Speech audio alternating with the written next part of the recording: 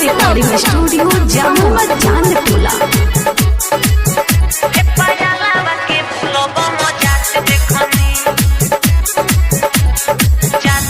गेरुआ रंग के साड़ी किन के आगाड़ी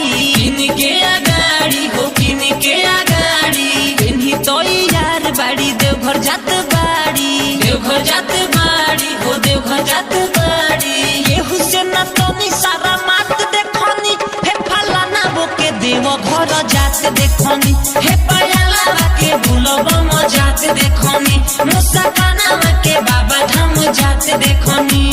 साचो करे हरे हे फलाना वो के देवघर जात देखनी हे पयाला के बुलबम जात देखनी।